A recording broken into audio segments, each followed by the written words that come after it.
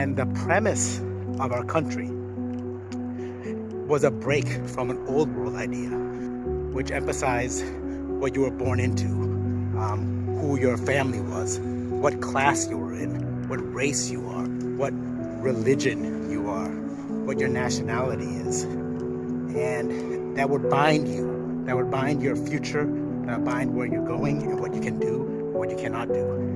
And the premise of the country was a radical, revolutionary idea based on the principles of enlightenment, in which you would be viewed as an individual and treated by law as an individual. Now you have people once again saying they want to categorize people into groups and then assign group blame. I think for a long time you heard Democrats would often put people into groups, and they would say, very cringy things like white people this, or black people and brown people and this kind of stuff. Okay, now you're seeing that has really risen on people who identify themselves individually as people on the right. They say the same stuff now.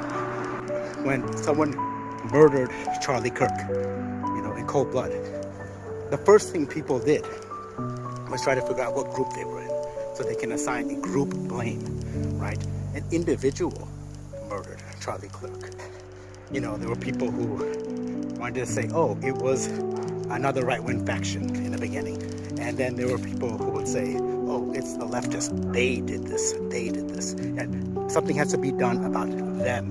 That's a really backwards way of looking at things. And it's a dangerous way that if you go down that path, again, an old path, a path that I think human beings are naturally inclined to, but a path that that this country chose in the beginning to not follow.